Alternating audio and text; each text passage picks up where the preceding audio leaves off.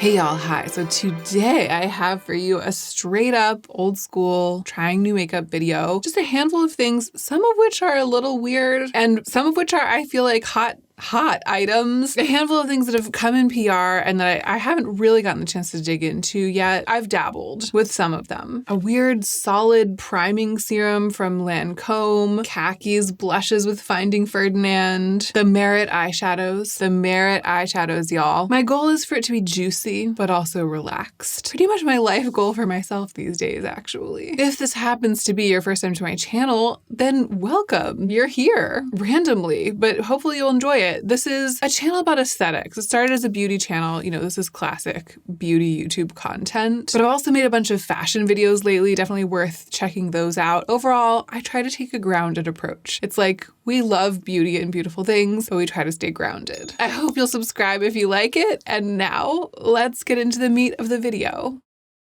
Okay, I haven't even opened it. I don't really know what it's gonna be. It's a puck. It says priming serum. Something fell out. So it's packaged like a cushion foundation. What? Oh, I think that this is, the Lancôme version of the Tatcha Silk canvas. I think that that's what it is. The thing that fell out is like a little silicone spatula that you're supposed to use instead of just sticking your grubby little finger into it. So I think that that's what it is. And it's not, hopefully it's not as pink as it looks. So I'm just putting it on one half of my face. It feels more lotiony than I was expecting it to feel going on. Like it feels like I could have squeezed it out of a tube. It feels more lotiony, more like a wet primer than I remember Tatcha Silk Canvas or the e.l.f. Poreless Putty Primer quite feeling. Like it's not exactly a dupe, but it's gone on very easily, not caused me any problem, not pilled or anything. Has a bit of a scent. It smells kind of like Herbal Essences conditioner. That's really the best I can do in relaying to you what it smells like. I'm not that into that, but it's not strong enough that it's repelling me. It's there. And honestly, it's on this side of my face, right? And not this side. Actually, from a distance, I can more see what it has done. From a distance, my skin looks more perfected, I think, on this side, perfected and primed. Up close, given that I thought that it was going to be sort of a Tatcha Silk Canvas e.l.f. Poreless Putty Primer dupe, up close, I guess what it's doing is sort of smoothing, but also providing a moisturizing feel and a moisturized look. So it doesn't have that blurring quality, that sort of pore blurring quality on the same level as the Poreless Putty Primer because I feel like it's not as mattifying as that. Maybe I put on too much. It was kind of a lot. I'm gonna get the other half of my face caught up. So I put it all over the other half of my face and then I sort of spread it out more on both sides of my face. Like I continued to rub it in, make sure it wasn't too built up on any one part of my face, shear it out kind of, and make sure that it was a really even application. It's very cosmetically elegant in the same way that those other solid state priming putties and balms are. I love the e.l.f. Poreless Putty Primer. I just find it so cosmetically elegant, easy to work with, effective. I like the Tatcha one too, but I've never really owned a giant thing of it. I only ever had little samples of it, but the e.l.f. one serves just as well. And that's kind of how I feel about this. I feel like if you only ever shop Lancôme, if you only buy makeup in your department store at the Lancôme counter and you come across this and it's like this brand new product, you're going to be like, whoa, mind blowing. And you're going to be so excited to buy it and own it and use it. But if you know about the e.l.f. Poreless Putty Primer, if you kind of know about the genesis, the general state of this thing on the market, this type of thing on the market, then why wouldn't you just buy the e.l.f. one instead? Or frankly, the Tatcha one if you're out to spend a lot of money, given that this one has that Herbal Essences conditioner scent and so much infrastructure. Like it's not a cushion. It didn't come with a cushion. So why is it in this like cushion compact style thing where there are two lids that open? Not poorly done, but not something to write home about given all that we know that we already know. And we'll see how makeup goes on top of it. So I don't have any new complexion other than that. I started with a bare face because I wanted to put that on because it is a new weird thing. But I am just going to do what I've been doing lately. I'm going to mix the Givenchy color corrector together with these two two Natasha Denona concealers, Y1 and RN1. I'm going to mix all three of those products together on my face, focusing on getting a thin, lightweight coverage that will be close to my natural skin tone, cancel out the redness, and be extremely sturdy and not super shiny over the course of the day because those Natasha Denona concealers are so sturdy. They're so sturdy. They really set down, don't require powdering. This has just been the magic combination for me lately.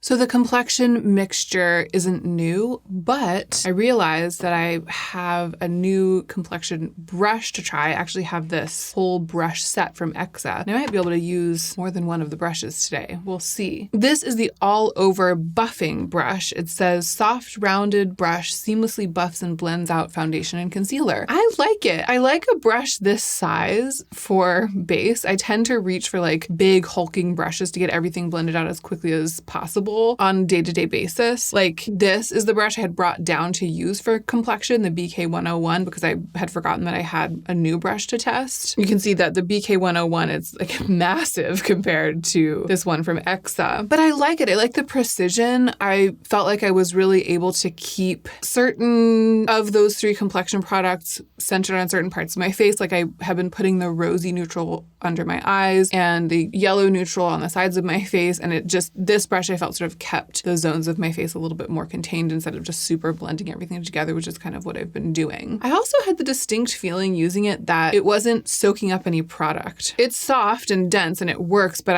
I felt, and maybe it's because it's smaller than what I usually use, I felt like it was really distributing the product, again, with a lot of control, but I wasn't like losing any product to the brush. I don't know quite what to tell you about that. That was just like the feeling that I had while I was doing that. It could have also had something to do with the sort of thick layer of the Lancôme primer that's underneath. Everything was just sort of really slipping and sliding on. But, you know, I got a lot of coverage, not super full coverage, but a full face of coverage right at the level that I like very quickly. And the color's working for me. And now we can move on to more interesting things. Actually, we can't because I have to do my brows first. So we're moving on to something that might be more interesting to you, but isn't new to camera because I did a whole REFY makeup first impressions, sort of like deep dive investigation into the brand recently. That's up on my channel. We'll link it below. Demonstrated this, discussed it extensively. I just dyed my eyebrows today and washed my hair. I don't know if you can tell. That's what I do when I really feel like I need to get myself together. It always makes me feel way better. So I'm just going to use a little bit of this REFY brow set in my freshly dyed brows. I don't think I'll need anything besides this. Yeah, and I barely needed to put any of it in my brows because I was just sort of trying to set the parts that need to fill in a little space into that spot. For the most part, they just kind of are the way they are. Gosh,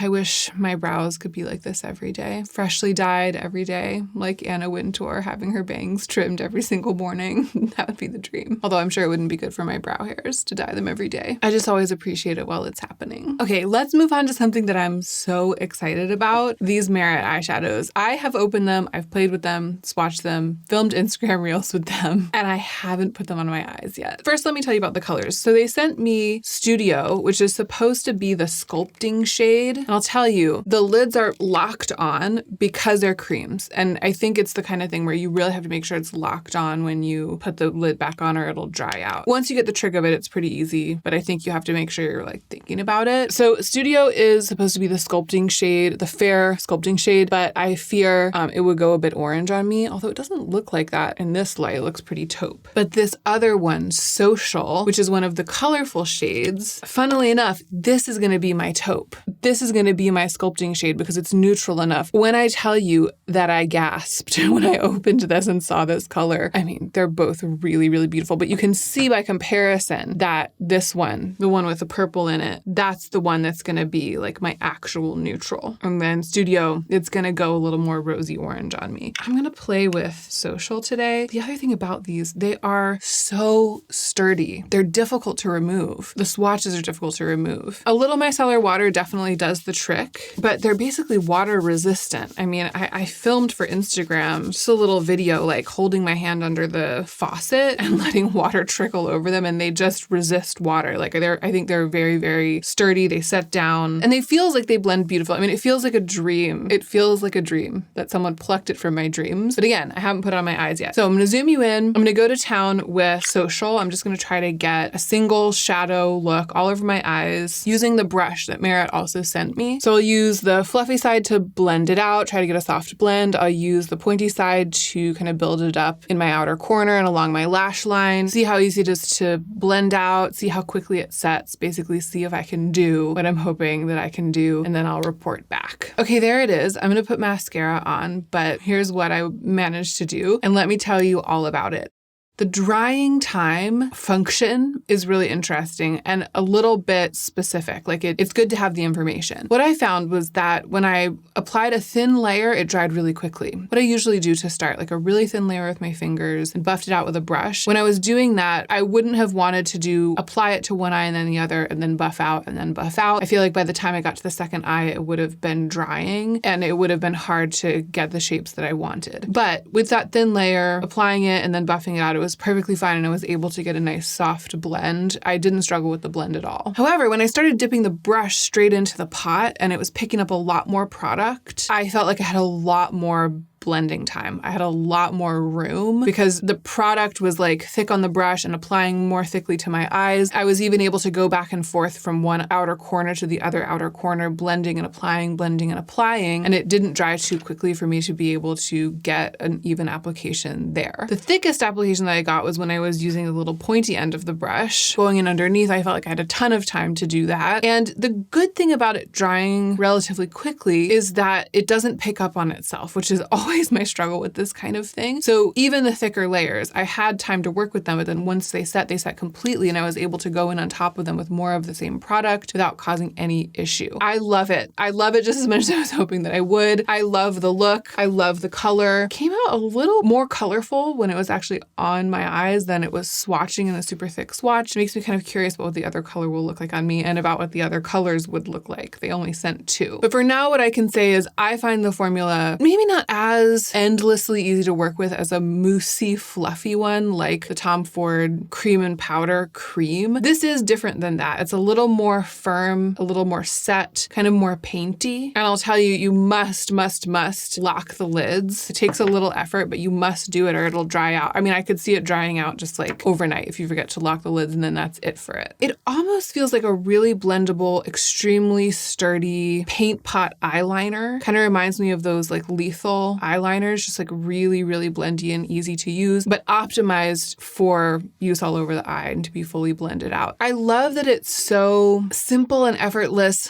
looking and feeling, and that I also feel confident that it's not going to crease, or if my eyes water, it's not going to mess it up. It's absolutely bulletproof based on my experience with the swatches. What an exciting release. All right, I'm going to throw on a little mascara. This is also from the Lancôme PR. Lash Idôle Lash Lifting Volumizing Mascara. My general experience is that Lancôme does pretty good mascaras, but I've never tried this one. Not my favorite brush. It's like rubber bristled, tiny, short, spiky rubber bristles. Not my favorite. Okay, not my favorite brush, but interestingly, very effective at everything that it says that it's going to be effective at. So I layered on a couple of coats, right? I went from one eye to the other eye, one eye to the other eye. The first coat was definitely lifted because of the shape of the brush and very wispy. And then as I continued building, I was able to build more mascara on each lash. They stayed pretty wispy. And the more that I added, the more aggressively the shape of the brush really curled and lifted. Like this is the claim, right? Instant lift and fanned out lashes. Lash lifting volumizing mascara totally does what it says it's going to do. And funnily, it also strikes me as being very dark black. I was like, oh wow, this is a really rich black color. I kind of like it in spite of myself. I think it's very difficult to tell a first impressions mascara. It's very difficult to tell what it's going to be like. Mascaras often take like a week to get their sea legs, you know what I mean? But what I can say is that I'm excited to use this again. And I can't always say that after first impressions of mascara. A lot of the time, I'm like, I guess I'll try it. I guess I'll give it another try. Like, I guess I'll try it again. With this, I'm like, oh,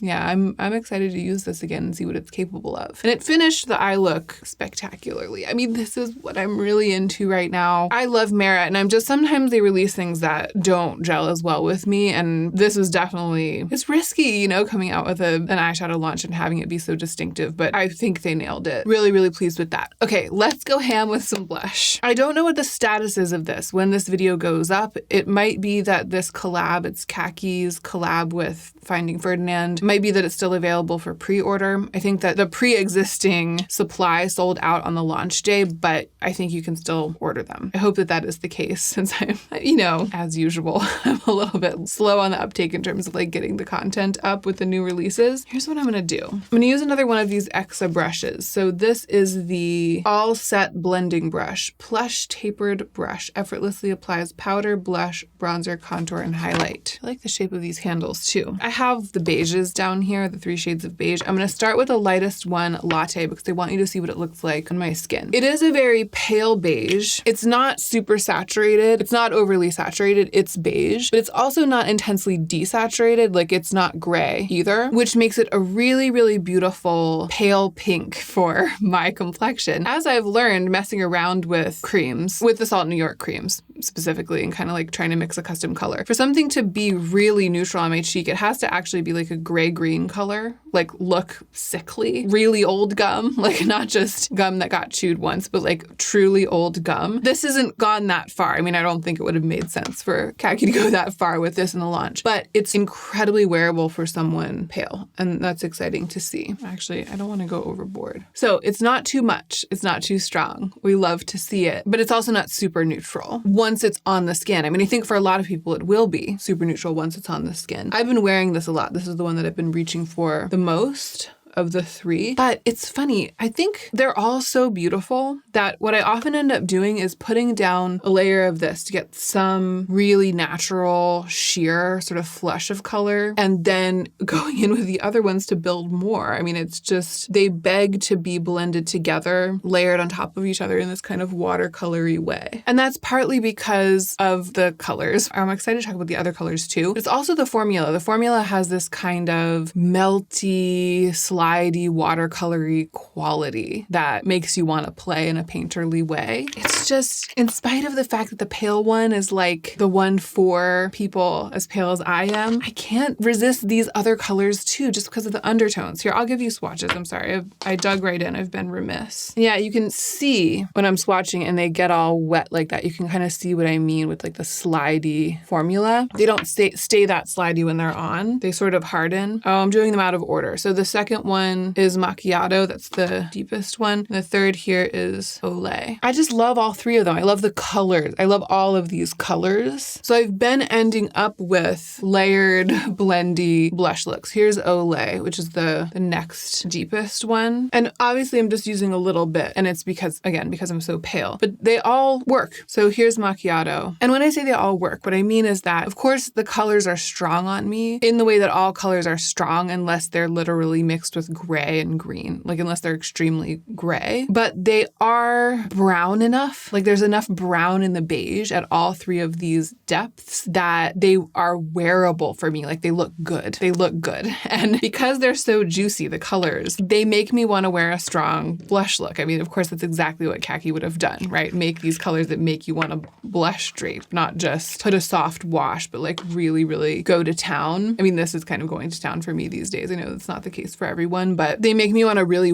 dig in and wear them. Super pretty, super easy to wear. So grateful to have gotten these. Finding Ferdinand, thank you for sending them. And Khaki, thank you for sending them. For lips, I don't have, this is the newest thing that I have. It's the EXA All Smiles lip liners, which I said in my Instagram stories about this. I swatched all of them on Instagram. When a brand launches lip liners as like a launch, I'm usually like, wah, wah. Like it seems like a little boring, but the colors of these are so beautiful. I only have this one down here and they're a wooden pencil. Everything's just perfect. So they sent them to me and I was like, oh, lip liners. And then when I unpacked them and started swatching them and playing with them, I got all excited because the colors are perfect. They also, like I was saying about Khaki's blushes, they have that kind of true brown groundedness in the beiges so that they feel truly versatile and not like they're going to lean orange or lean pink on a bunch of people. I've been using this shade Barrier Hopes for almost everything. And you know, the other thing they have, it's like a wooden pencil. It's creamy and applies and blends really well, but also sets down and is really sturdy. They just nailed it in absolutely every single way. If you already have lip liners that work for you, don't worry about these. Like they're just another really spot on lip liner. There are a lot of bad lip liners out there. If you're looking for one, this might be somewhere to look, especially if you already like EXA or if you are a Credo customer or something.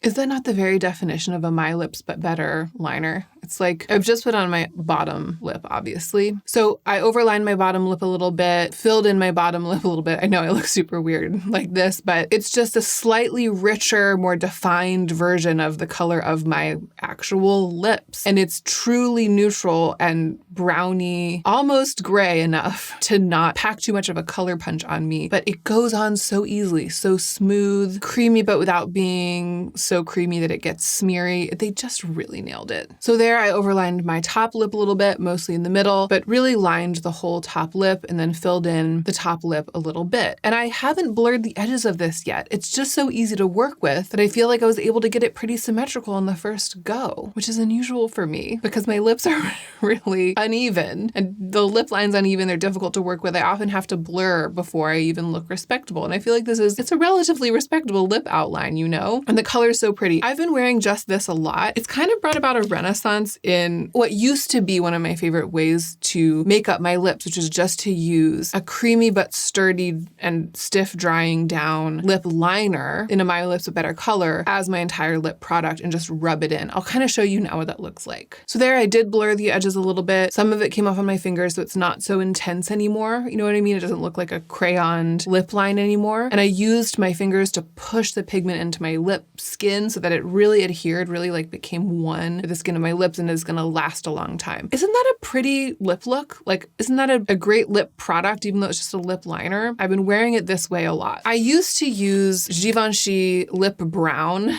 to do this all the time. Like that was my one. I constantly was doing this lip look with that. It was basically my go-to for when I needed a really sturdy lip, like a sturdy, flattering, not too statement lip. But then they changed the labeling on, like they changed the color names. I think they might have even changed the colors and I was never able to really be sure that I was buying the same one again. And it kind of got lost to the annals of my makeup life. But I feel like this is that once again. I swatched the other colors and I really loved them, but I've been so into this one that I haven't experimented with them, but I bet a lot of them would look just as beautiful used in this same way. And I'm excited to branch out. So I would just leave it there because I think that this kind of shades of terracotta, dirty terracotta look, all matte except for the cheeks glowing, is a real vibe right now. But I can't not, because we're on camera, I can't not apply REFY Sepia. I'm so into it. And I know that not everyone wants to watch that REFY video. You just have to see how great this is. With the liner underneath it, which is a much more made up way of wearing lip gloss. With the liner underneath, it's just a much stronger look, right? And this isn't quite what it looked like when I put it on in that other video. It was a little more casual, sheer, wearable, which is mostly how I've been wearing it. But I thought I might as well go the distance because it's like a lip combo,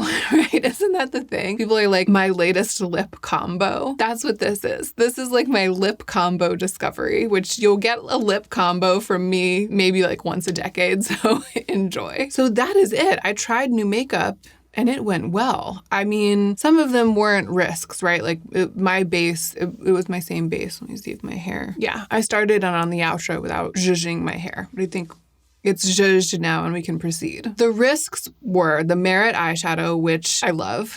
I cannot even tell you, but I didn't know how it was going to go, right? I don't always get along super well with liquid and cream eyeshadows. It really depends on the formula. I don't always get along with eyeshadows that are trying to be one and done neutrals, but this color is perfect for me. So that was the risk. And the primer, like a bad primer, a weird primer can really F everything up. The other things I had dabbled in, but I didn't know how it would come together. And how cohesive did this end up being? You won't believe me when I tell you that I didn't plan it with all of everything matching the top, right? Like I just grabbed this top because I hadn't worn it on camera yet, but it's altogether a pleasing situation. Thank you for spending this time with me. I hope that you enjoyed it. I hope that you found it, what was I going to try to make it? Juicy and relaxed. Juicy and relaxing. I hope that you found it juicy and relaxing. If you're out here for specific information on something like the Merit eyeshadows, I mean, that's what I would be out here trawling for, information about that launch. I hope that you're able to get some of the information you're seeking from me. But most of all, you know what I'm going to say. say, I hope that you are remembering to take extra good care of yourself so that you can be the most effective version of yourself as you do your work in the world.